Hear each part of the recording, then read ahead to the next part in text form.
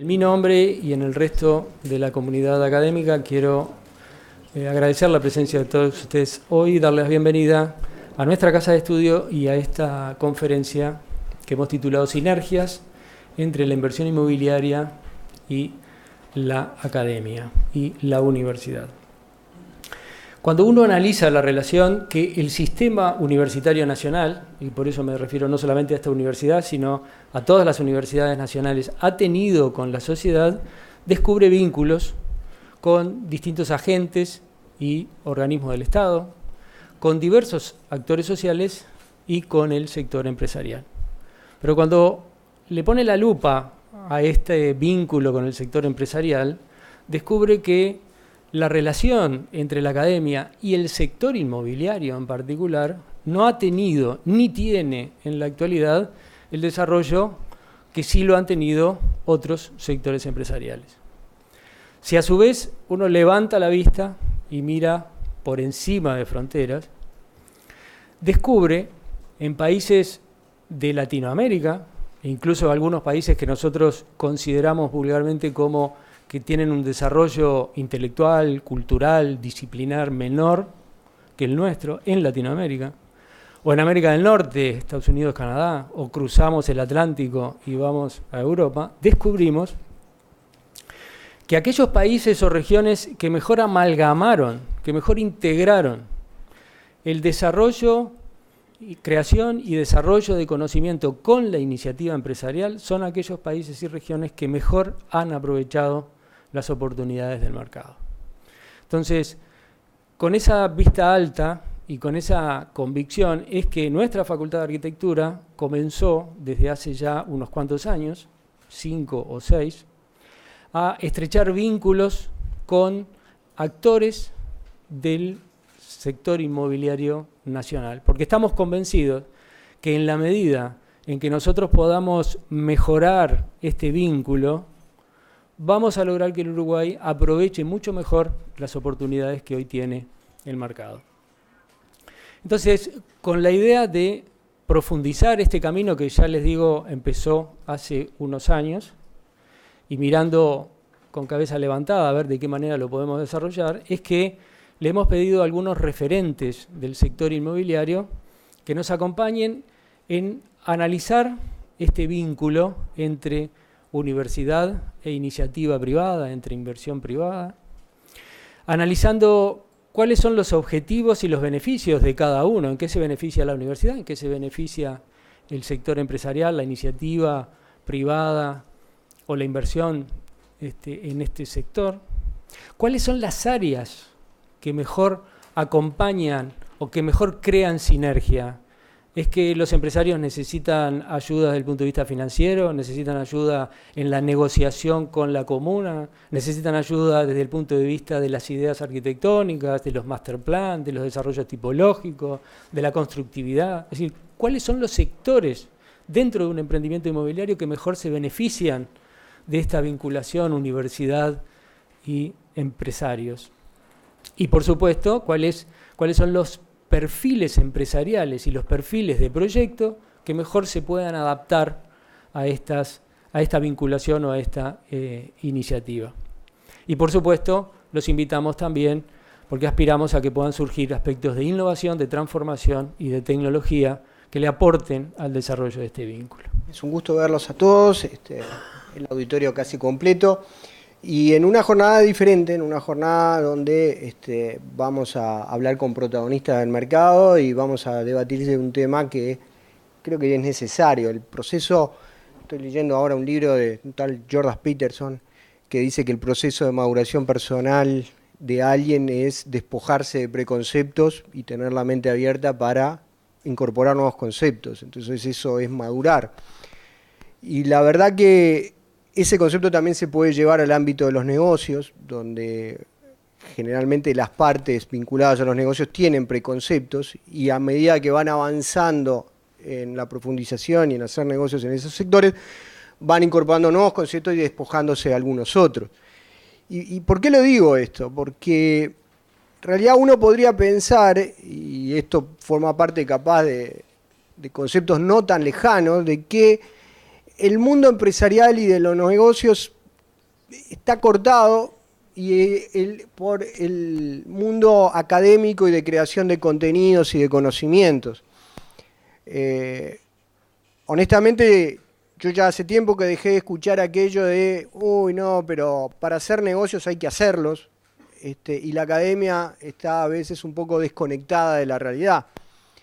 Yo recuerdo cuando empezamos con el diploma en el 2012, fuimos a pedirle al presidente de la Asociación de Promotores Privados, en ese momento era el arquitecto Cagnoli, le fuimos a pedir unos conceptos introductorios del diploma que nos acompañaran en el lanzamiento, y en aquel momento me dijo, dice, ¿qué necesidad hay ahora de incorporar nuevos ámbitos de conocimientos al negocio inmobiliario que cada vez se está haciendo más complejo?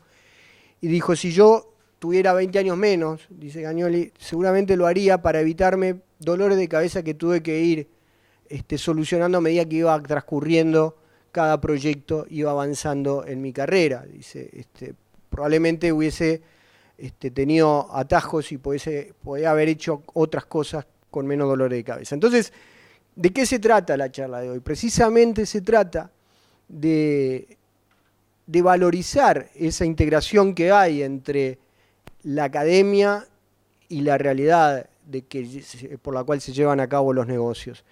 Y para eso hay que hablar con los protagonistas, hay que conversar, hay que entender la mente del desarrollista, la mente del empresario, de aquel que tiene una visión, de aquel que tiene mucha pasión para llevarla a cabo, pero que necesariamente hoy en el mundo tan integrado y en un mundo donde la generación de conocimientos por parte de la academia cada vez es más intenso, cómo hacer ese link para que esos conocimientos rápidamente vayan a los mercados, los pueda incorporar quien tiene la visión y la energía de llevar adelante esa visión, y que haya un win-win, es decir, de que eso permita a su vez cada vez generar más conocimiento. Para eso, como presentaba Gastón, tenemos dos referentes, cada uno en sus ámbitos, en su saber hacer, que son tanto Damián como Martín. Y yo voy a abrir este debate, esta charla, primero con Martín, porque Martín es un ejemplo de cómo desde el punto de vista profesional, desde la arquitectura, él va de la mano de los empresarios, entiende, potencia su negocio de arquitectura, sale de fronteras, se interconecta con el mundo y trae experiencias a el país. Entonces, lo que te quería preguntar, Martín, es desarrollás cómo ves que esa profesión se interconecta con el mercado, con el urbanismo y con los otros actores, dentro de ellos las universidades. ¿Cómo ves ese proceso, cómo lo percibís y cómo pensás que se puede desarrollar en el futuro, ¿no? Primero, bueno, nuestro estudio trabaja acá en Uruguay, por supuesto, y estamos trabajando en América Latina bastante, con una fórmula bastante simple, que es armamos un equipo de gente muy, muy buena, que en cada país que vamos, el equipo del estudio y los arquitectos del estudio se dan cuenta de que están en el porcentaje alto de nivel de arquitectura de cada lugar que vamos en América Latina. Que eso me gusta decirlo porque hay muchos arquitectos acá y es importante que nos convenzamos los uruguayos del buen nivel que salimos de esta universidad como de la pública que yo me formé ahí, ¿ah? Porque cada uno de nosotros, quiero que sepa que tiene una oportunidad enorme de trabajar afuera y nuestra profesión nos lo permite. Y hoy que capaz que a veces vemos cómo tenemos una situación económica que está medio en baja o que es medio negativa en algunos aspectos, sepamos que cada uno de nosotros tiene una oportunidad de poder presentarse a concursos y ganar concursos y estar en la conversación en cualquier lado. Hablo de México para abajo porque es lo que conozco, no quiero hablar más allá, aunque estoy convencido que los uruguayos se pueden desenvolver en los uruguayos arquitectos en cualquier lugar del resto del mundo. Pero de México para abajo hay un mercado enorme que cualquiera de nosotros puede estar ahí y trabajar de igual a igual con cualquier estudio local que nos encontremos en México, en Colombia, en Perú, en Bolivia, etcétera. Entonces, aclarado eso, que me gustaba comentarlo, cuando hablamos del vínculo que tiene que ver entre el negocio inmobiliario y la academia o entre el negocio inmobiliario y la profesión.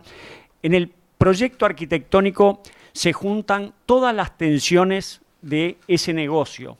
O sea, a veces salimos de facultad pensando que nuestro trabajo es hacer un proyecto con un diseño espectacular, con tipologías alucinantes, y con eso estamos. Y ahí es donde capaz que nos equivocamos un poco. El negocio inmobiliario va a exigirnos mucho más que solo ser buenos diseñadores. Como digo, todas las tensiones del negocio van hacia el proyecto, o sea, vamos a tener que manejar a un cliente, vamos a tener que manejar asesores de ese cliente, vamos a tener que manejar la municipalidad que haya en cada lugar que vayamos. Siempre creo que tratando de buscar el win-win entre todas las partes. Entonces, me gusta, en algunos países que estamos, hay unas cosas de la ordenanza municipal que realmente llaman la atención como acá todavía no las tenemos, que es, si tú generás un espacio de mejor ciudad que está totalmente definido en el código, si haces una planta baja libre, si te retirás del retiro frontal más de lo que ellos te exigen, automáticamente te van dando más puntos que redundan en mayores metros cuadrados. Por lo tanto, si hacemos un pedazo de mejor ciudad, sacamos más metros cuadrados y ahí gana la ciudad, gana el desarrollador, y ese es el rol, me parece, más desafiante que tenemos como arquitectos. Cómo lograr ese win-win entre la ciudad y el desarrollador, para de esa forma lograr lo que todos queremos y para lo que todos hemos estudiado, que es que pasen los años y cada proyecto que hagamos estemos más orgullosos, no solo nosotros, sino los usuarios, etcétera, ¿no? No, me tomo de un comentario tuyo y me parece que viene un poco a cuento de esto mismo que estamos, en lo que estamos tratando de profundizar, al menos de conceptualizar, ¿verdad? Y dijiste un poco al pasar, el arquitecto tiene que asumir la responsabilidad de esta. Yo soy arquitecto también, ¿verdad? En realidad soy ex arquitecto, no trabajo de arquitecto como Martín, pero soy arquitecto, tengo el título de verdad, que no lo uso. Pero quiero decir, dijiste un poco al pasar esta idea del arquitecto asumiendo la responsabilidad de manejar, ¿no? Como un staff de un grupo, ¿no? Un elenco grande de un montón de cuestiones y de piezas que sin duda son claves para que un proyecto inmobiliario pueda hacerse, porque efectivamente es una disciplina compleja y con un montón de variables, ¿no? Pero simultáneamente me parece que es el entendimiento a la hora de salir al mundo profesional, digamos, de la necesidad, del desafío de el manejar esta enorme cantidad de piezas y de actores, y al mismo tiempo de ser manejado, ¿verdad?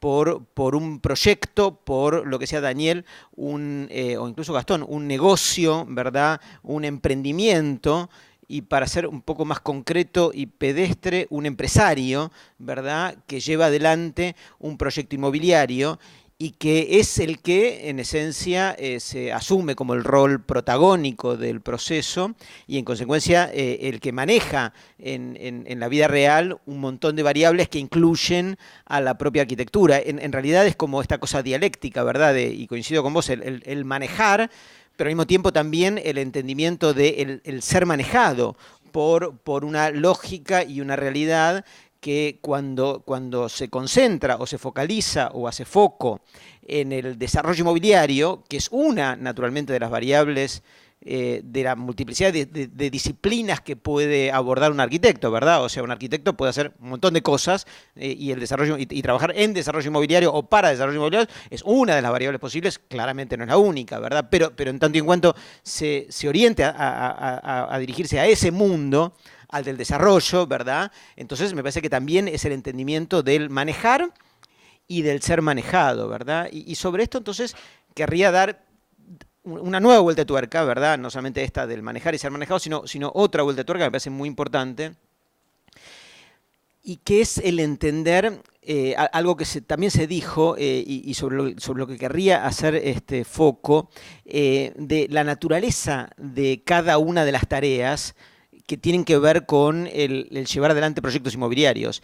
Y al respecto, para que esto suceda, para hacer proyectos inmobiliarios, para hacer emprendimientos inmobiliarios, hacen falta una serie de roles profesionales, entre los cuales el arquitecto naturalmente tiene un rol muy importante, ¿verdad? Porque en cualquier proyecto inmobiliario hay un proyecto de arquitectura, indefectiblemente, ¿verdad? Sin arquitecto no hay proyectos inmobiliarios, obviamente, ¿verdad?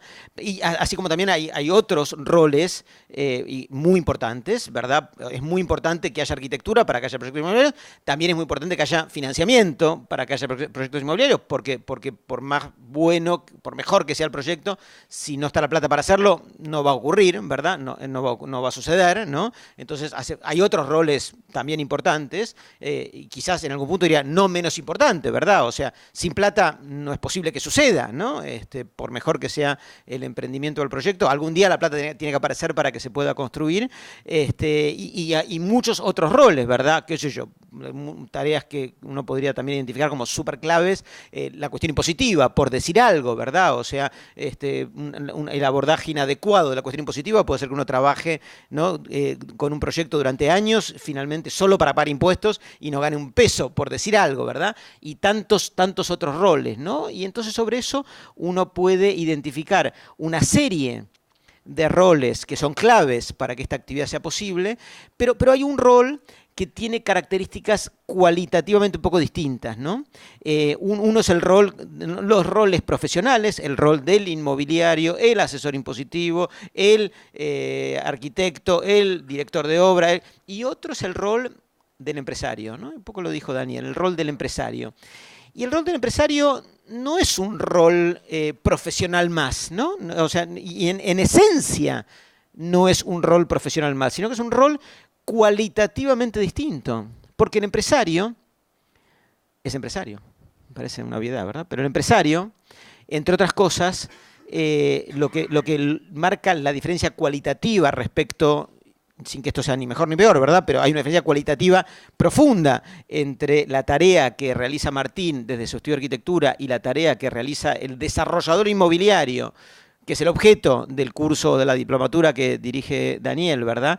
El desarrollador inmobiliario, para hacerlo, ¿verdad?, es quien asume el riesgo empresario. Y esto marca una diferencia cualitativa bastante relevante, ¿verdad? Y nosotros en nuestros cursos, cuando damos en Argentina, que son cursos parecidos a este que se da acá, y yo vengo también cada tanto a dar charlas acá, lo que solemos decir, y me tomo el atrevimiento de dar un ejemplo así como muy pedestre, pero para que se entienda, es que alguien se recibe de desarrollador inmobiliario no cuando termina el curso, nuestros cursos, ¿verdad? Ahí te das un diploma, ¿verdad? Pero eso no alcanza para ser desarrollador. Uno se recibe de verdad de desarrollador cuando por primera vez te juntás con tu tía, ¿no? Que casualmente tuvo la virtud de ahorrar $100.000, ¿no? Y que los tiene guardados en una lata, ¿no? Enterrados en el fondo de la casa, en el jardín, ¿verdad? Y que de repente, bueno, juntó 100.000 o 120 o qué sé yo, y uno se presenta con todas las herramientas que Daniel les puede dar acá, y el bagaje, ¿no?, de conocimientos y el aporte de la arquitectura de los arquitectos o de Martín o del que sea, y logra, ¿no?, esta cuestión casi mágica o milagrosa, ¿no?, de hacer que los $100.000 salgan de la lata y pasen a estar arriba de los hombros de quien asume el rol del desarrollador inmobiliario, porque junto con los $100.000, bueno, vienen, ¿no?, las angustias, ¿no?, las preocupaciones de la tía con $100.000 y también de uno que de repente agarró los $100.000, ¿verdad? Y tiene que hacer todo lo necesario para un par de años después o 3 años después, o vaya uno a saber cuánto tarda, volver, ¿no?, idealmente con 130, 140, vaya uno a saber cuánto, ¿verdad? Al menos 100, ¿no? Idealmente no menos de 100. ¿No? Y en el mundo del desarrollo inmobiliario y de los negocios en general, ¿no? A veces uno vuelve solo con 70, ¿no? Y no 100 más 70 de ganancia, ¿no? 70 por todo concepto, ¿no? Y entonces uno se recibe de desarrollador cuando logra sacarle 100, ¿verdad? Y logra su doctorado, ¿no? Cuando por primera vez, y esto quiero que sepan que siempre sucede, ¿verdad? Llamá de vuelta a la tía y le decís, tía, ¿no? Esto jamás por WhatsApp y mucho menos por mail, ¿no? Tiene que ser personalmente, ¿no? Vengo a contarte que hay solo 70, ¿verdad? Y ahí uno de verdad logra su doctorado, porque en el mundo de los negocios, ¿no?, estas cosas pasan, ¿verdad? Y esa cuestión de la naturaleza de esa actividad, del asumir el rol del empresario, uno tiene que entenderla en toda su profundidad y que cualitativamente es distinto al rol del arquitecto y no es ni mejor ni peor, ¿verdad? No es ni mejor ni peor, ¿no? Y como empresario se puede ganar mucho más plata que como arquitecto y se puede perder mucho más plata que como arquitecto también, ¿verdad? Aunque los arquitectos a veces pierden también, ¿verdad? En los arquitectos muchas veces suelen cobrar poco, ¿no? Es verdad, suelen cobrar poco, cada vez menos, ¿verdad? Y a veces se quejan y otras veces hacen el curso con Daniel para ser desarrolladores en el sueño de ganar mucho más, ¿verdad? Y a veces terminan perdiendo, qué sé yo, la ley de la vida, ¿verdad? Así pasa, una vez gana y a veces pierde. Pero quiero decir, y los desarrolladores en muchos casos son arquitectos, ¿verdad? En muchísimos casos son arquitectos, y lo que tienen que entender, y a eso iba, es a que cuando asumen el rol de ser desarrolladores, asumen un rol que es cualitativamente distinto, ni mejor ni peor, que promete mucho más plata y que a veces lo logra y a veces no, pero cualitativamente distinto. Entonces eso me parece que es un tema importante para mirar.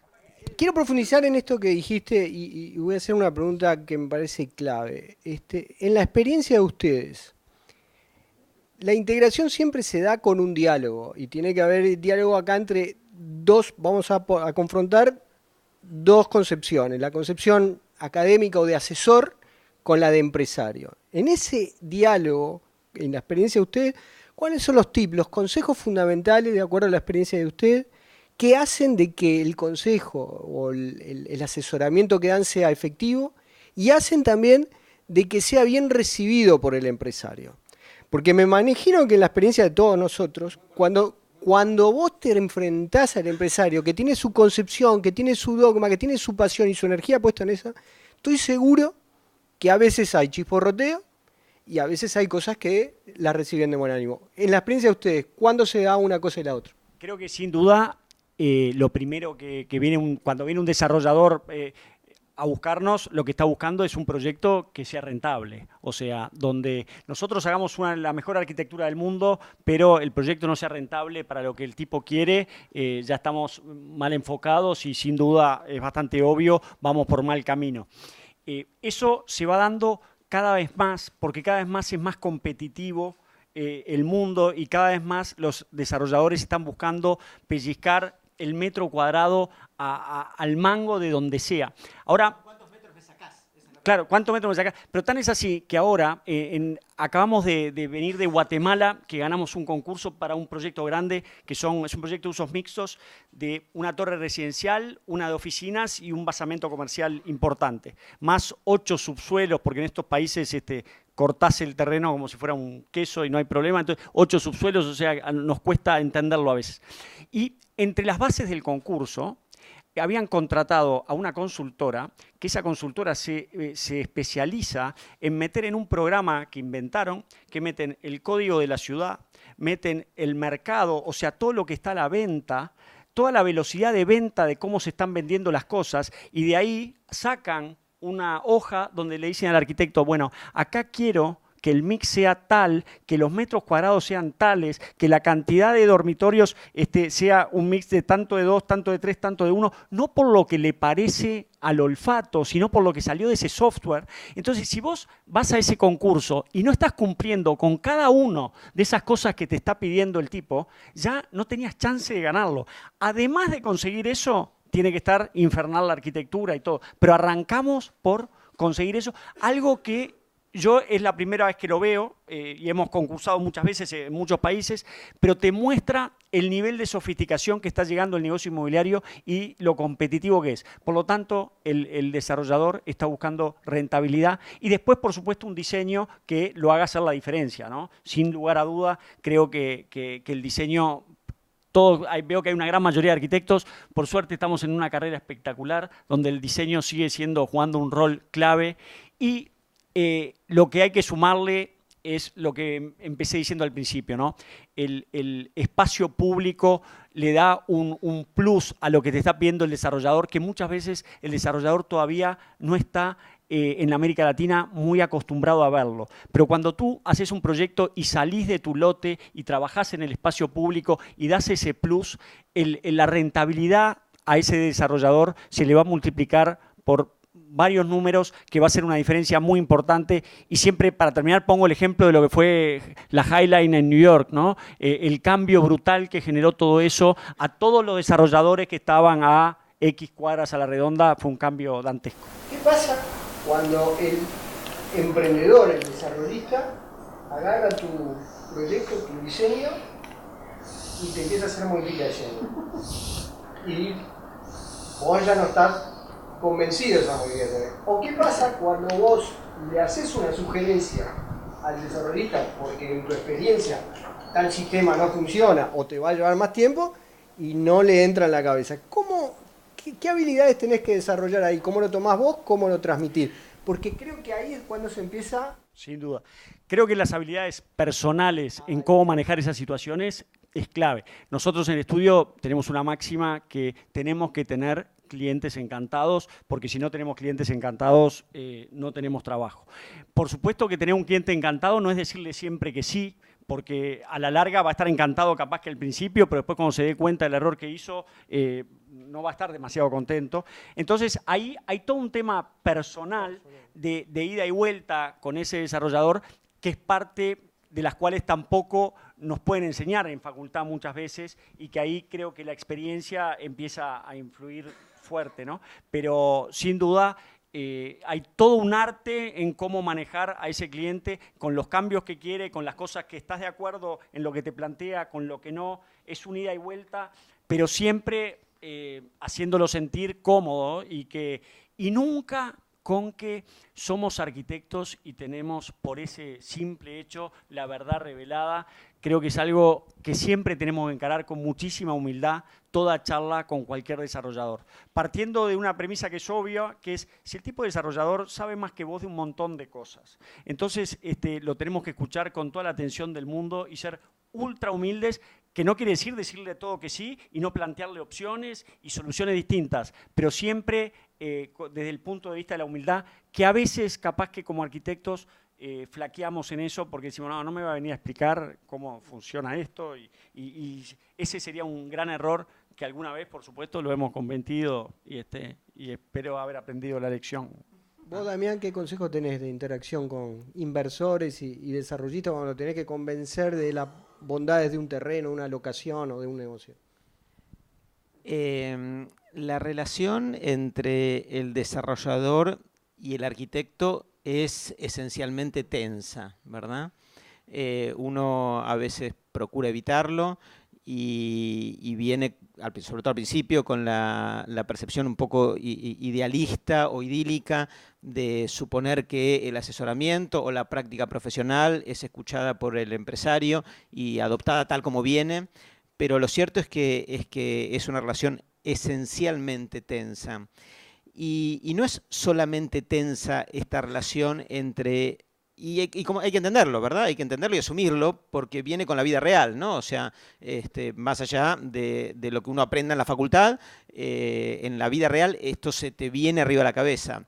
Y lo cierto es que el empresario suele establecer relaciones esencialmente tensas con el grueso del staff profesional que lo acompaña en cada uno de los proyectos. Y cuando digo tensas, digo... aunque sea de buen trato, ¿verdad? Aunque sea del trato más educado, y el buen trato o no, de esto ya depende de cuestiones más de personalidad de cada uno, pero en esencia es una relación tensa.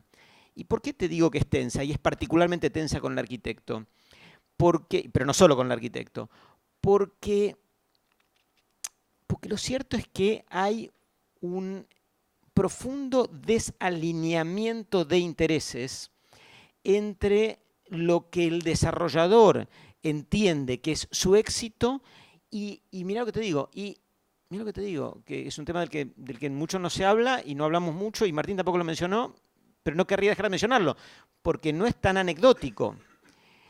Y la pauta retributiva con la cual se le paga al staff o al elenco de gente que acompaña al desarrollador inmobiliario asumiendo cada una de las tareas.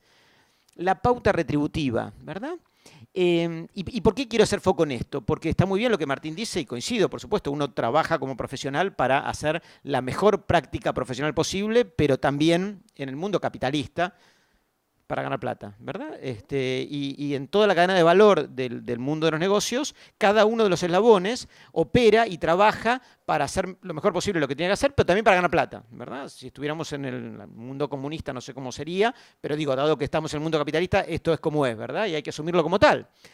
Y el cómo te pagan no es tan anecdótico ni tan intrascendente a la hora de tomar decisiones respecto de cosas en las que tenés que tomar decisiones que son relevantes para la tarea a la que te convocaron. Por ejemplo, la tarea del arquitecto es súper relevante a la hora de ver la suerte del proyecto, su potencial éxito o su fracaso. No es una tarea menor, es una tarea esencial. ¿Y cómo cobran los arquitectos? Por dar un ejemplo cualquiera, podríamos aplicar el ejemplo a otras profesiones que aportan valor al desarrollo inmobiliario, pero ya que estamos hablando entre arquitectos o con arquitectos, hablemos de esa tarea en particular, ¿verdad? ¿Cómo cobran los arquitectos? Primera respuesta. Poco, ¿no? Esto ya lo dijimos, ¿verdad? Poco, ¿no? Pero digo, aparte de poco, no pregunté si es mucho o es poco, digo, esto va de suyo, ¿no? ¿Cómo cobran los arquitectos? La pregunta es cómo, ¿verdad? Y entonces, nada, todos, me imagino que acá en Uruguay es igual que en el resto del mundo, básicamente, ¿no? Cuando vas a agarrar tu primer trabajo como arquitecto, los que son arquitectos todos, imagino que Martín también, ¿verdad? Su primer tarea fue hacerle la decoración del baño y la cocina a tu tía, ¿no? Cuando estabas por recibirte, incluso antes, ¿no? Clásico. Sin duda, ¿verdad? Respuesta obvia, ¿no? Y entonces hiciste tu mejor dibujito, ¿no? En aquel momento no había renders, ¿no? Y mucho menos computadoras, ¿no? Pero bueno, el arte de dibujar a mano y qué sé yo, y caíste a ver a tu tía y le dijiste, che, bueno, te propongo esto, y tu tía quedó deslumbrada, porque la verdad que le pusiste seguro mucha dedicación y mucha creatividad y mucho esfuerzo a esa primera tarea. Y entonces la tía dijo, bueno, encantado, empecemos. Bueno, ¿cuánto vale esta obra? Y vos le cotizaste el trabajo de ponerle los azulejos y los cerámicos y las alfombras a esa primera pequeña refacción, ¿verdad? Y todo bien. Y después tu tía te preguntó, che, ¿cuánto me vas a cobrar? Hablando de retribución por esta tarea. Y la primera respuesta tuya seguro fue, tía, ¿cómo te voy a cobrar? ¿Verdad? La primera respuesta fue nada, ¿no? Obviamente, a lo cual tu tía te dijo, no, sos jovencito, que yo qué sé cuánto, con lo cual no tendrías que trabajar gratis, y está bien que no trabajes gratis. Y entonces le dijiste el 10%, 15%, ¿no? 18% no te animaste, obviamente, porque era tu tía, ¿verdad? Primera tarea. Y tu tía te dijo, a ver, yo soy tu tía, pero tampoco soy tonta, ¿verdad? O sea, ¿cómo? O sea, lo que me estás diciendo es que me vas a cobrar más cuanto más me salga la obra que vos vas a manejar. Esperá, digo, ¿no? A ver, solo para cerrar el concepto, ¿no? O sea, soy tu tía, pero tampoco soy tonta, ¿verdad? O sea, a ver, decime cuánto me vas a cobrar. Te quiero decir, este ejemplo llevado al mundo más complejo del desarrollo inmobiliario, rápidamente tiende a entender, y uno como desarrollador inmobiliario está obligado a entender con todo lo que Daniel te explica en su diplomatura, que las tareas de muchos de los roles significativos o relevantes de la disciplina, a la hora de pagarles, tienen su pauta retributiva completamente desalineada del éxito del proyecto inmobiliario, que se mide de una sola manera, y es lo que sí Martín dijo, rentabilidad. Y si vos vas a hacer una arquitectura más cara, y la vas a hacer más cara, incentivado, porque cuanto más cara sea, más te vas a enriquecer, y la pauta retributiva tuya, no digo que sea la tuya, digo la de mercado en general en Uruguay y en el mundo, está planteada de esa forma, el interés del arquitecto está desalineado con el interés del desarrollador inmobiliario, está claramente, es antitético respecto del interés del desarrollador inmobiliario, porque cuanto más caro el desarrollador inmobiliario le pague al arquitecto y a la obra, menos plata va a ganar, obviamente, ¿verdad? Y esta cuestión no aplica solo a la arquitectura, aplica también al inmobiliario, ¿verdad? Aplica también al constructor, aplica también al aportante de la tierra, aplica a cada uno. O sea, está lleno de desalineamientos de intereses estructurales un proyecto inmobiliario. Y el desarrollador, que es empresario, que tiene el ADN del empresario, lo lleva en la sangre y entiende esto que estamos diciendo. Cuando se sienta con cada uno de los actores con los que interactúa, voy a ser bien pedestre para que se entienda el ejemplo. Lo que está pensando, y es importante que cada uno de nosotros lo sepa y lo entienda, lo que está pensando es, ¿dónde me está cagando? Perdón, perdón, no sé si se entiende en Uruguay lo que estoy queriendo decir, ¿verdad? En Argentina todos lo entenderíamos, supongo acá también. ¿Dónde me está cagando ¿no? Que está tan elegante, ¿verdad? Y que me saca... ¿Dónde me está cagando, no? Te quiero decir, y esto es inevitable. ¿Cómo? Entonces, cuando Daniel pregunta cómo es esta relación, tensa. Primera respuesta, tensa, ¿verdad? Tensa. Tensa en esencia, aunque nos llevemos bien, digo, jamás te lo diría, pero sabemos que es así. Entonces, con esa realidad, y no estoy proponiendo reinventemos la disciplina y reformulemos el arancel profesional o reformulemos la forma, no estoy proponiendo reinventar la POL, no estoy proponiendo eso. Estoy tratando de responder a la pregunta. ¿Cómo es la relación? Tensa, por definición. Está bien. Voy a introducir un tema más antes de dar la palabra para algún tema que quiera introducir la audiencia, y es el siguiente. Hay un estudio ahora reciente hecho en Estados Unidos, es una encuesta que dice que hace 10 años en Estados Unidos, en el sector inmobiliario se invertía en tecnología 180 millones de dólares. Y que en la última medición que hubo, en el 2017, en Estados Unidos empezó una inversión en tecnología en el sector inmobiliario que abarca toda la cadena, desde la arquitectura hasta la comercialización. Hay inversiones de 3.200 millones de dólares. En 10 años ese crecimiento es más que exponencial. Por lo tanto, lo que se concluye de esto es que el conocimiento tecnológico está invadiendo fuertemente todos los estamentos del negocio inmobiliario. Desde la inversión, desde la arquitectura, desde lo financiero. Lo que quería saber, en opinión de ustedes, es cómo ven ahora y en el futuro de cada uno de los segmentos que ustedes dominan esta invasión tecnológica o estos desarrollos tecnológicos que cada vez se incorporan más rápido en cada uno de los aspectos. Martín, si querés empezar vos. El cambio es brutal. Es brutal, ¿no? El cambio es brutal. Partamos de la base de que en breve, cuando digo en breve, podemos hablar de 5 años o 10 años, pero los parkings que nos están exigiendo las intendencias acá no van a tener ningún sentido. Vamos a tener autos que se manejan solos, que los vamos a pedir por el teléfono. Ya hoy mucha gente, si hace los números bien, no tendría que tener auto y es mucho más barato andar en Uber. No hablemos de lo que puede cambiar el negocio inmobiliario por tecnologías como el Hyperloop o los drones. Si funciona el Hyperloop, la vieja básica del negocio inmobiliario, que lo que importa es ubicación, cambió totalmente, porque con el Hyperloop vivo en Washington y trabajo en New York y me olvido del tema. Entonces, la tecnología está cambiando todo constantemente. Creo que es una de las cosas que tenemos que estar atentos, porque no es solo en el negocio inmobiliario, creo que en la arquitectura también, la inteligencia artificial va a jugar su rol. Tenemos que estar todos, creo que, atentos al Uber de nuestra profesión, que está a la vuelta de la esquina, y tenemos que estar muy atentos. Yo la primera reacción que tengo frente a esa pregunta como respuesta más conceptual, si tuviera que identificarlo en una palabra, es esencialmente pánico, ¿verdad? Pánico en relación a la invasión de la tecnología. ¿Y por qué pánico en relación a la invasión de la uberización que indefectiblemente se viene? Y pánico por lo mismo, volviendo sobre el mismo tema que mencioné en la respuesta anterior. Tomemos ahora ya no el ejemplo de los arquitectos, sino el ejemplo de otros colegas que tenemos acá, los inmobiliarios, ¿verdad? El inmobiliario, el comercializador me refiero, ¿verdad? No el desarrollador, el comercializador de inmuebles, antes, hace 20 años, los que son inmobiliarios acá y recordarán de aquella época, ¿qué hacía cotidianamente, verdad? O sea, ¿cómo era su tarea de vender casas o departamentos? Bueno, tenía que poner un cartel en la ventana en el balcón, ¿verdad? Que decía se vende, con el teléfono de línea, por supuesto, de su oficina, sacar avisos en papel en la prensa escrita, ¿verdad? Atender en horario laboral de lunes a viernes a la gente que llamaba y dedicarse horas y horas, infinitas horas a bancarse a los clientes, ¿verdad?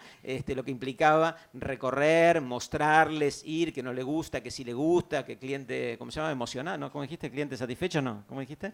Encantado, clientes encantados, pero bueno, no es suficiente. En aquella época el cliente encantado, ¿no? Cuando era dificilísimo, porque sobre todo, imagínate como inmobiliarios, o sea, la enorme tarea y dedicación temporal, de insumo de tiempo que significaba el desafío de ser inmobiliario y tratar de venderle un departamento a un Carlitos, ¿verdad? Ahora, ¿a dónde iba con esto? A que, de vuelta, la pauta retributiva, me siempre hablamos de plata, ¿no? Lamentablemente, ¿verdad? Ellos hablan de arte, pero no, hay que hablar de plata en estas cosas, ¿qué va a hacer? Por lo menos en este mundo, ¿verdad? La pauta retributiva, el cómo se le pagaba a la inmobiliaria, estaba en línea y era muy equilibrada y proporcional a la enorme dedicación que esa tarea significaba. Gigante, ¿verdad? Con lo cual le cobraba, no sé cuánto le cobran acá, el 3-1, el 3 al otro, el 6-1, el 10, qué sé yo. Pero era un montón de plata, el costo de la intermediación, pero también la verdad que la tarea era elefanteásica, ¿verdad? Infinita, interminable. Entonces, la verdad que tenía sentido. Hoy, todos sabemos, ¿verdad? No sé cómo cuánto llegó a Uruguay, no importa el ejemplo, pero lo que no llegó va a llegar en 1 minuto y medio, ¿verdad? El cliente cuando llega a la inmobiliaria vio todo lo que tiene que ver y si no vio todo lo que tiene que ver ahora, créeme que en una semana o en un año o no sé cuándo va a haber visto todo, ¿verdad? O sea, va a recorrer todos los inmuebles, va a poder mirar todo, va a entender todo lo que tiene que entender, o sea, va a llegar a visitar el inmueble que tiene que visitar el inmobiliario con el 100% de la información. ¿Y qué pasa respecto de la tecnología? Cuando yo tengo la oportunidad de hablar en Estados Unidos con los grandes popes del mundo inmobiliario, de la comercialización de inmuebles en Estados Unidos, le pregunto, che, ¿cuánto invierten tus compañías en tecnología? Respuesta, como dice Daniel, un montón, ¿verdad? Miles de millones de dólares. Y entonces, ¿cómo se hacen las cosas después que tenés la tecnología? Y bueno, se hacen mucho mejor, mucho más rápido, y a mucho menor costo, ¿no? Porque la verdad que se puede hacer gracias a la tecnología a mucho menor costo. Muy bien. ¿Y cuánto cobrás por la tarea? No, de plata ni hablar. No, lo mismo que de toda la vida, por supuesto, lo mismo de toda la vida, ¿verdad? Seguimos cobrando lo mismo, sí, los inmobiliarios siguen cobrando lo mismo de toda la vida. ¿Consecuencia? Conclusión, pánico. ¿No? Obviamente pánico, porque cuando llega el Uber que permite hacer las cosas no solamente mejor y más rápido, sino mucho más barato, ¿cuándo va a aparecer el que en cada una de las disciplinas pueda hacer la misma tarea mucho mejor, mucho más rápido y cobrando mucho menos? A la vuelta de la esquina. O sea, ¿cuánto falta para que para que nuestras propias industrias se ubericen, que aparezca gente que lo pueda hacer mejor, más rápido, pero a mucho menor costo, gracias a la tecnología? Dalo por hecho, ¿entendés? Dalo por hecho. Entonces, ¿qué significa? ¿Cuál es la reacción de cada uno de los que tienen un rol relevante e importante e instalado en la actividad respecto del advenimiento de la tecnología? Pánico, porque en cualquier momento va a aparecer otro que lo pueda hacer mucho más barato, e igual o quizás mucho mejor. ¿Qué pasa en el mundo de las inmobiliarias? En Argentina, por ejemplo, cuento la experiencia argentina y la experiencia americana, conozco ambas con mucha profundidad. Los inmobiliarios, por ejemplo, ¿qué hacen frente a ese temor? Le tocan el timbre al gobierno, ¿no? Entonces logran la cartelización gracias a la regulación de la actividad. No, para poder intermediar hay que tener la matrícula regulada con el arancel profesional que está establecido por ley nacional y que el que incumple y cobra menos que ese, lo expulsamos como si fuera un hereje. Es una reacción humana, ¿no? Si yo fuera un inmobiliario instalado y vengo cobrando el 6% por toda la vida, ¿verdad? Por supuesto que haría, y tengo plata para lobby, por supuesto que haría lo mismo, ¿verdad? O sea, tratar de defenderme con la protección del lobby que me da el gobierno, que muchas veces es sensible frente a estos reclamos. Dura poco, es obvio que dura poco, ¿verdad? ¿Cuánto va a durar eso? Nada, ¿verdad? Y esto mismo pasa en todas las disciplinas. La tecnología te mata el bolsillo. Una reflexión sobre este tema. Y no tiene vuelta atrás, lamentablemente, ¿no? Sí, pero hay algo que hay que rescatar de este tema.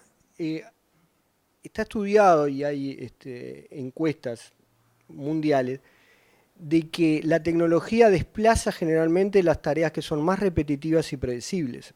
Es muy difícil que el talento y la creatividad de un arquitecto sea desplazada por la tecnología. Y también lo que nos decía, vino invitado la gente de Mercado Libre el año pasado, y nos decía precisamente lo que afirmaba Damián, decía, generalmente utiliza nuestras plataformas para recorrer, peinar toda la oferta que tiene. Pero la última milla, dice, la decisión, siempre necesitan a alguien que los acompañe a ayudar a decidir.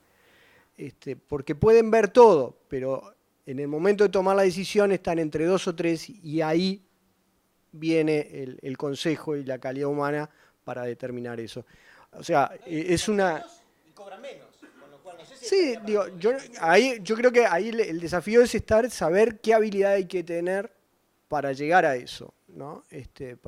Para que la tecnología sea un complemento más que la amenaza. Quiero abrir algún tema que a ustedes les interese debatir. ¿Quién tiene algún tema que les parezca que sea interesante abordar? Hablamos de tecnología o preguntas puntuales que tengan. La pregunta era para Martín. ¿Qué pasa con la intangibilidad que mencionaste en un momento? O sea, en relación a lo que, cómo queda eso contemplado cuando se presenta el proyecto, y qué es lo que hace que de alguna manera el desarrollador entienda, o sea, o vea eso que es un intangible hoy y que de repente en el futuro puede cambiar las cosas o las ecuaciones de la rentabilidad, justamente. Creo que en todo proyecto tenemos que tratar que la intangibilidad esa que hablaba Gustavo se lleve a la mínima expresión para justamente que el desarrollador pueda valorar cada uno de esos puntos. Y bueno, hay que hacerle ver, sacar lo intangible y que todo sea lo más tangible posible para que valore el producto que le estás dando. Ahora, ese producto que le estás dando en un concurso, como digo, después va a tener 1000 idas y vueltas después de que, si tenés la suerte de ganarlo, y es un proceso complejo. Creo que entiendo lo que dice Damián de la tensión entre el desarrollador y el arquitecto. Ahora, creo que es tarea nuestra llevar esa tensión a la mínima expresión y hacerlo entender que estamos totalmente alineados a sus intereses, etcétera, ¿no? Y de esa forma tratar de...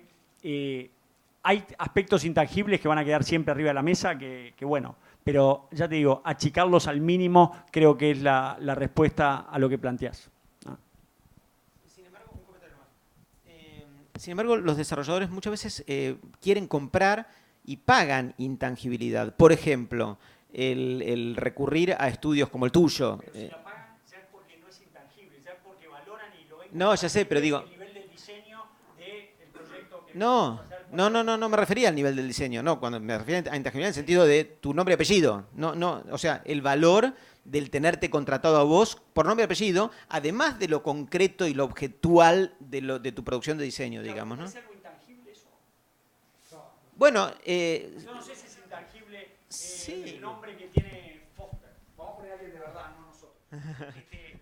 Yo creo que López Mena trajo a Foster para ver si podía sacar esto, porque no lo trajo en verdad, dijo que si se lo daban lo iba a contratar a Foster, porque justamente es un activo tangible bueno, 100%. Está bien, iba a eso, digo, pero Claro. como quieras, digo, Claro. pero está bien. Lo que no es estrictamente tu producción, digamos, del diseño en sí mismo, sino lo que supone el tener contratado para un proyecto inmobiliario a Foster o a tu propio estudio, digamos, ¿no? Lo que supone como tal. Puede ser tangible, digo, pero que se separa del objeto de tu producción concreta, digamos, que es el valor de lo que promete de cara al mercado, el hecho que un desarrollador diga esto lo está proyectando tu propio estudio, digamos, y que a veces el inversor o el comprador o el usuario o el que se mete en el proyecto o el inversor incluso también, a veces entiende la documentación técnica tuya, muchas veces no entiende nada, pero aún así compra, digamos, la expectativa de lo que genera el hecho que vos lo estés trabajando, ¿no? No, totalmente de acuerdo. Creo, capaz que estoy equivocado, pero no lo tomo como algo intangible eso. Hay un tema de confianza enorme que sin duda ningún desarrollador mira un proyecto ejecutivo, pero confía en que si contrató a determinado estudio va a tener un proyecto ejecutivo de buen nivel, que no va a haber adicionales y que las cosas van a estar bien hechas, etcétera, ¿no? Nunca pasa. No, además de la intangibilidad del valor marca que hablábamos recién, hay otra intangibilidad que se traduce en la velocidad de ventas. Un buen proyecto se vende más rápido, pero es muy difícil explicarlo al principio cuando el proyecto es solamente un proyecto, un montón de papeles. ¿Cómo se puede manejar eso? Claro, yo creo que va en el olfato del desarrollador cuando ve el proyecto. En el caso, en los países que estamos trabajando nosotros, siempre, cuando trabajamos es por concursos que ganamos, si no, nunca nos encargan algo directo por ahora. Y entonces, en todos esos concursos creo que se da el desarrollador, cuando ve los proyectos y los va a jurar y va a ver quién ganó el concurso, tiene un olfato que dice, bueno, con este creo que me está dando algo distinto, creo que el proyecto es otra cosa, creo que la velocidad de ventas va a acompañar, pero creo que es puramente olfato y experiencia de ellos. No sé qué opinás, Damián. No, sí, básicamente no estoy de acuerdo. A ver, contame.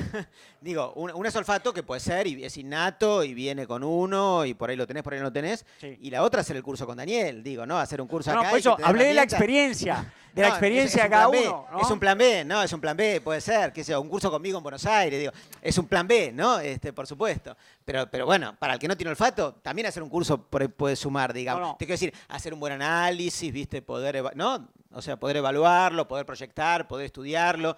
Si viene con olfato, mejor todavía, ¿no? Al final del día, ¿cómo elige el proyecto? Elige por la experiencia que tiene ese desarrollador y lo que entiende que va a funcionar. Bueno, pero los elementos que damos en nuestros cursos te permiten fundamentar esas proyecciones. Y hay que hablar. Y darle un poquito de aspecto como científico a esta cuestión, además del olfato, que siempre está bien. Eso por un lado. Y la otra es que vos no sé si hiciste los cursos con Daniel, ¿no? Acá, sí. De la primera generación. Muy bien.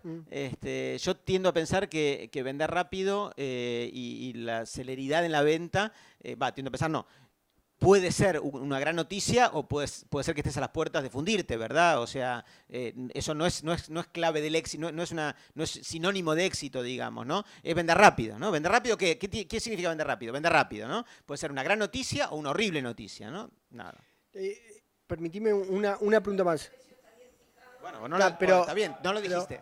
Me da pie la pregunta de Alice y la respuesta de ellos dos a la siguiente pregunta.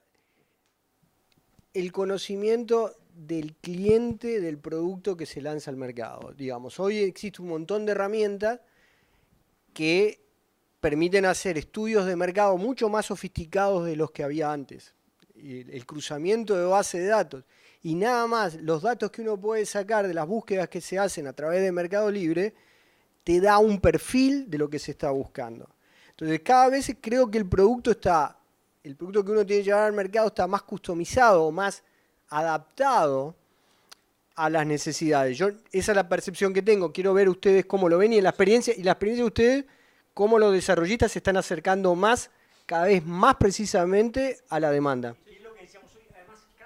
Es más competitivo el negocio. Por lo tanto, hay que tener las variables, achicar todas las incógnitas a la mínima expresión. Claro, sin duda. Entonces los estudios de mercado son cada vez más profundos, son cada vez más detallados. Creo que los proyectos inmobiliarios cada vez se segmentan más un poco por eso, por la competitividad que tiene. Bueno, Damián de eso sabe mucho más que nosotros, pero... ¿Cómo la experiencia de trabajo tuya con Carlos Muñoz, el especialista de México que hace estudios de mercado realmente cada vez más profundos? Y socio de Damián. ¿No? No sabía que era claro. Socio de Damián también. Es socio tuyo, ¿eh? Un poco cómo llegan a determinar un producto. No, Carlos Muñoz es un personaje, un mexicano que sabe para mí mucho del tema inmobiliario. Además, les aconsejo seguirlo en Instagram o en esos videitos que hace porque es muy divertido además. Y siempre está planteando cosas muy disruptivas del negocio inmobiliario en sí, etcétera. Él plantea que si seguimos haciendo lo mismo nos vamos a fundir, cosa que es bastante obvia, pero que a todos nosotros nos cuesta dar el paso y cambiar. Y entonces habla mucho de que hay que segmentar los proyectos inmobiliarios, pero segmentarlos de verdad. Acá los segmentamos por ABC1, por 2 dormitorios, por 3 dormitorios. Es algo, claro, casi infantil la segmentización que hacemos acá, o la segmentación. En cambio, él habla de una segmentación, que la bala viene acá, es a la gente que le gusta cocinar. Entonces vamos a hacer un edificio donde las cocinas son el eje del apartamento y todo gira en torno a eso, y eso hace un estudio de mercado muy a fondo para decirte, en esta ciudad, según la tasa de natalidad X y otras cosas que sabrán Damián explicar mejor que yo, hay un mercado para 150 tipos que van a comprar esto. Por lo tanto, hace 50 unidades que te va a ir bien. Y entonces, es un estudio de mercado que es totalmente distinto a lo que por lo general se está haciendo en el mercado uruguayo y es bastante novedoso, pero reitero, estoy hablando de cosas que Damián debe saber mucho más que yo. Bueno, la reacción normal a la hora de salir a hacer un estudio de mercado es simplemente relevar oferta competitiva de emprendimientos, o sea, de proyectos inmobiliarios similares y en el área de influencia. Y la verdad es que eso es leer lo que hay y eventualmente tomar decisiones en base a la evolución natural de lo que uno verifica. Y muchas veces uno puede ser más profundo en esta cuestión, sobre todo si quiere ser disruptivo, creativo, innovador y apuntar a segmentos más desatendidos. Y nada, el ejemplo más evidente que todos conocemos no viene del mundo inmobiliario, sino de cuando aparecieron en la tecnología cada una de las innovaciones disruptivas, digamos, que fueron apareciendo desde el iPad hasta el iPod o qué sé yo, todas estas cuestiones, ¿verdad? Que, bueno, si cada una de estas innovaciones se hubieran basado en relevar oferta competitiva de cosas parecidas que ya existían en el mercado y tratar de venderlas un peso por abajo de eso, no hubieran aparecido nunca esas cosas, ¿verdad? Y bueno, esta misma lógica aplicado al mundo inmobiliario, bueno, y con las herramientas tecnológicas disponibles en la actualidad, permite ser mucho más sofisticado y más creativo y también mucho más innovador a la hora de abordar segmentos desatendidos y distintos. Eso. Me sorprendió gratamente el número que manejaste de la inversión en tecnología en Estados Unidos de 180 millones a 3.200 millones, lo cual son 18 veces en un lapso de aproximadamente 10 años, donde la construcción en Estados Unidos y los precios crecieron ese volumen, ¿no? Quiere decir que, bueno, los norteamericanos como siempre están adelante nuestro. Yo le quería preguntar a Martín, que trabaja en toda Sudamérica, de México para abajo, que también mencionaste la incorporación de tecnología, si nos podía dar 2 o 3 ejemplos de las tecnologías que más se están incorporando a nivel de Sudamérica, y tu vaticinio y perspectivas de 1 o 2 tecnologías más que pensás que se van a incorporar en el mercado uruguayo. No, lo que más me impacta y creo que es lo que más fuerte se viene es la tecnología aplicada a la movilidad. Creo que realmente eso va a ser un cambio urbanístico en nuestras ciudades y en nuestra forma de vida enorme, que nos va a cambiar todo. Entonces, creo que eso es... después, por supuesto que hay tecnología en todo, ¿no? No voy a hablar de domótica, no voy a hablar de cosas obvias, del Internet de las cosas que se viene, que todo va a estar conectado a Internet, que sin duda va a pasar y todo. Lo que más me impacta es el tema de movilidad. Creo que eso va a generar un cambio urbanístico enorme en todas las ciudades y por lo tanto el cambio de vida en el día a día de cada uno de nosotros, ¿no? ¿Ah? Sí. ¿Puedo hacer un comentario? En general, por lo que yo veo, como ex arquitecto, así que tómenmelo como con pinzas, ¿verdad? En Latinoamérica se construye esencialmente mal, ¿verdad? O sea, en promedio se construye mal. Nosotros todavía en Latinoamérica todavía predomina esencialmente el mampuesto, el ladrillo, ¿verdad? O sea, una cosa que manualmente y artesanalmente se pone una arriba de la otra y con plazos de obra eternos y con un proceso constructivo de otro siglo, ¿verdad? O sea, que filosóficamente es igual a lo que hacían los griegos o los egipcios, poner una pieza arriba de la otra. Y en el mundo desarrollado, bueno, simplemente esto no hace falta ser ni siquiera arquitecto, cualquiera que viaja por el mundo desarrollado, ¿verdad? Se va de vacaciones a cualquier país del mundo desarrollado y tiene la curiosidad de mirar las obras, ves que la gente que recorre las obras por adentro, más que obreros, parecen cirujanos, ¿verdad? O sea, por su indumentaria, por su protección y por la tarea que se les asigna adentro de eso, que en esencia y que en la vida real ni siquiera se lo llama obras, se lo llama montaje, ¿verdad? O sea, el proceso constructivo, conceptualmente hablando, en el mundo desarrollado es una gran tarea de preparación en taller y una tarea básicamente de montaje en lo que llamamos obras, que no son obras, ¿verdad? Son montajes. Y eso hace que, como viene todo racionalmente preparado, con mucha tarea previa, el día que entra al terreno, digamos, admite que ahí adentro haya más bien cirujanos que estén haciendo el montaje que obreros en una cosa sucia, lenta e ineficiente, que lleva muchísimo tiempo y que hace que las cosas terminen como terminan, ¿verdad? Y este cambio cualitativo en Latinoamérica la verdad que no llegó, a ver, no quiero hablar de Uruguay, que no es mi país y no lo conozco, digo, de Argentina te puedo hablar toda la vida, ¿verdad? Argentina claramente no llegó, y no llegó por un montón de razones, ¿verdad?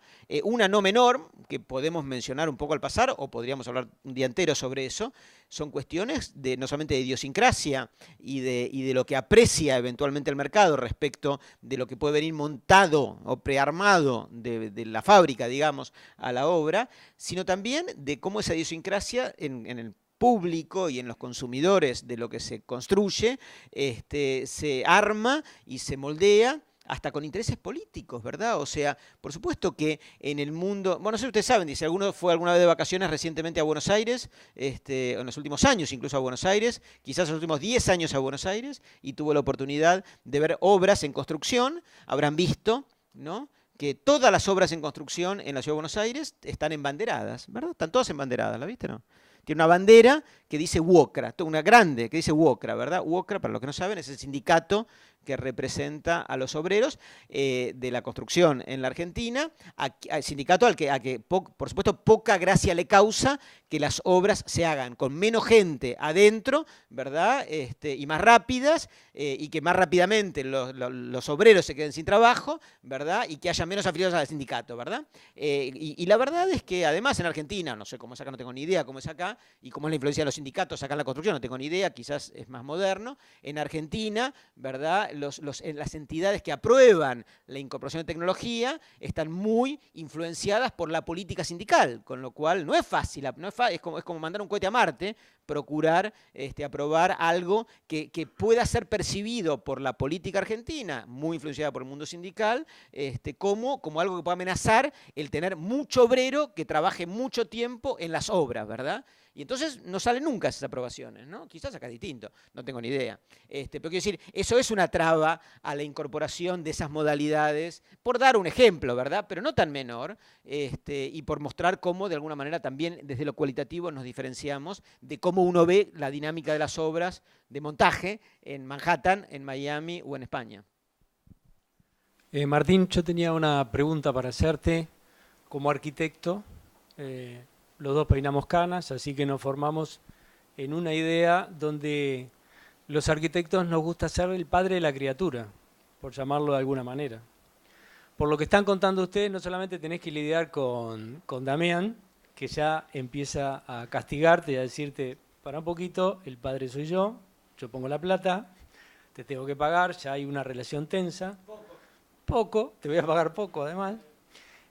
Pero ¿dónde queda o cómo se adapta, vos que caminás Latinoamérica, la creatividad del arquitecto y dónde tiene que alinearse el arquitecto en relación a ese deseo de ser el padre de la criatura, ese deseo que tenemos todos los arquitectos, por ese ego gigante que tenemos de hacer obras de autor, dado que hoy cada vez está más estipulado, dado que hoy el proyecto y el diseño juega o es una parte pequeña en el desarrollo, en un emprendimiento inmobiliario.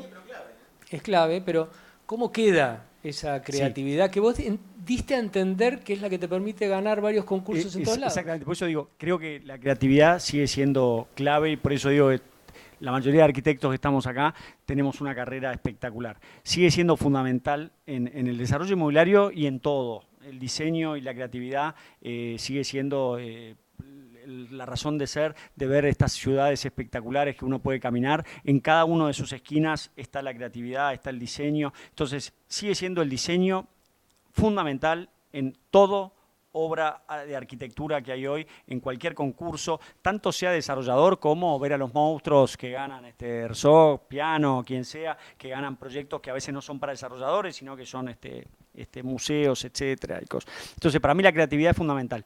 Lo que sí estoy muy en desacuerdo es en el nombre personal del autor.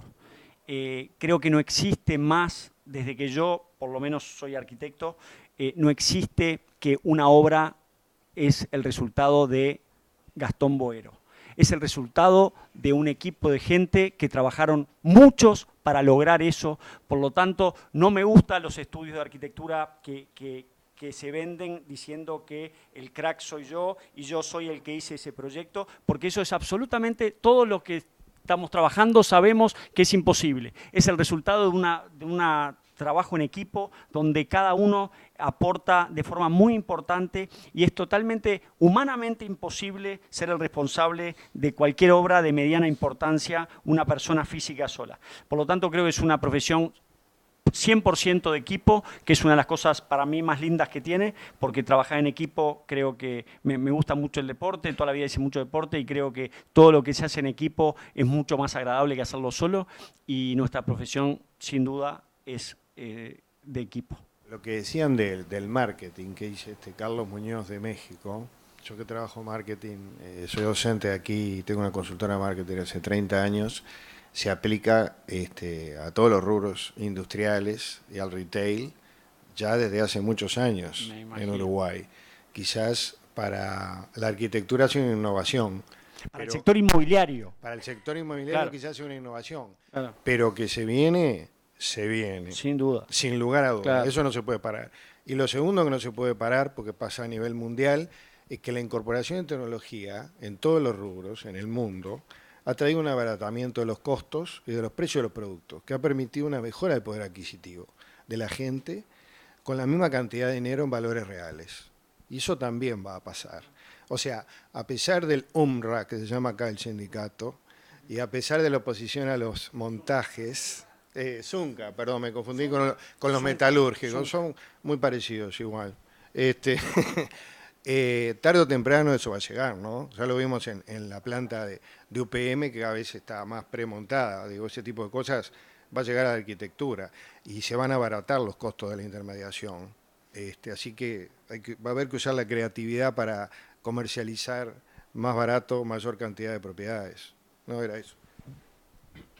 Bueno, ya a manera de cierre, una pregunta concreta, pero que es muy amplia. Para cada uno de ustedes, ¿qué es hoy en día un proyecto exitoso? Donde se cumplen los objetivos del desarrollador. Del desarrollador, no de la comunidad en general. No, de la comunidad, sin duda tienen que ganar, como decía hoy, ¿no? La ciudad, el desarrollador y toda la comunidad en general.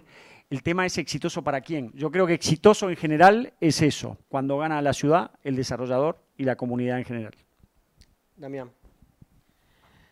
Sí, a ver, me parece que para definir un proyecto exitoso es condición importante que efectivamente sea amigable con el medio ambiente, con su comunidad, con el respeto al patrimonio histórico, si lo hubiera, que tenga una relación también friendly, o amigable, digamos, con su propia comunidad, que haga buena arquitectura, digo, y esto me parece una condición importante, ¿verdad? O sea, un emprendimiento inmobiliario exitoso debe conllevar buena arquitectura.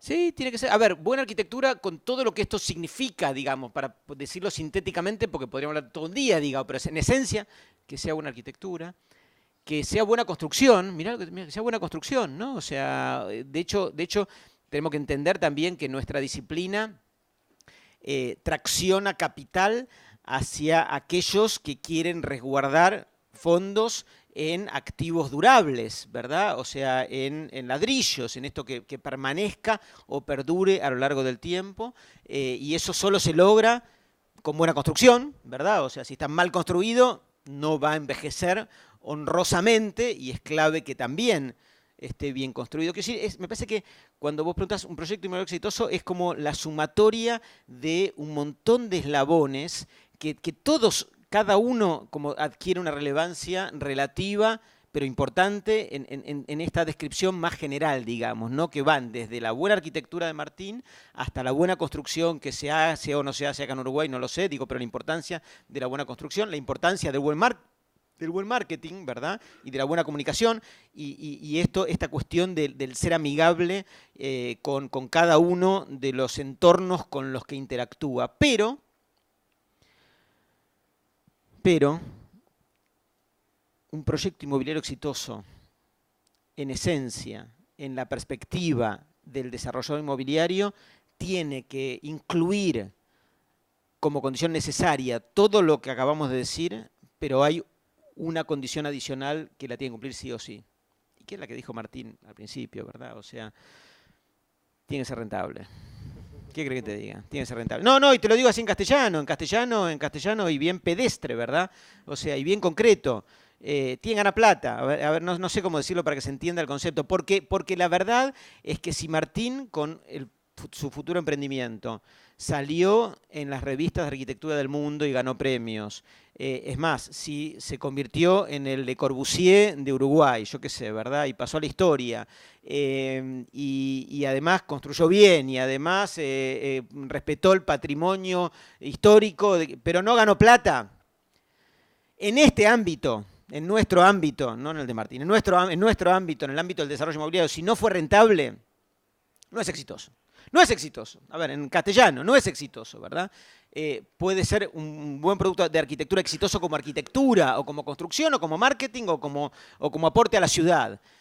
Por eso hay que entenderlo. La perspectiva nuestra, y hay que entenderlo en toda su profundidad, es una perspectiva la nuestra, sesgada, tendenciosa, ¿no? Y muy clara. Y es la perspectiva del desarrollador inmobiliario, cuyo norte es el norte empresario, y el norte empresario gana plata, ¿verdad? Y si no gana plata, no es exitoso. Muy bien. Señores, vamos a ir finalizando esta actividad. Finalmente lo que quiero transmitirlo en nombre de la Universidad Ort es el inicio de este camino que estamos con la actividad de hoy. En realidad, Ort con esto quiere mostrar puertas abiertas hacia el emprendedurismo, hacia el desarrollista, hacia quien tiene una visión en cualquier segmento del negocio inmobiliario, que quiera desarrollarla, que quiera potenciarla y que busque acá una manera de complementar su visión.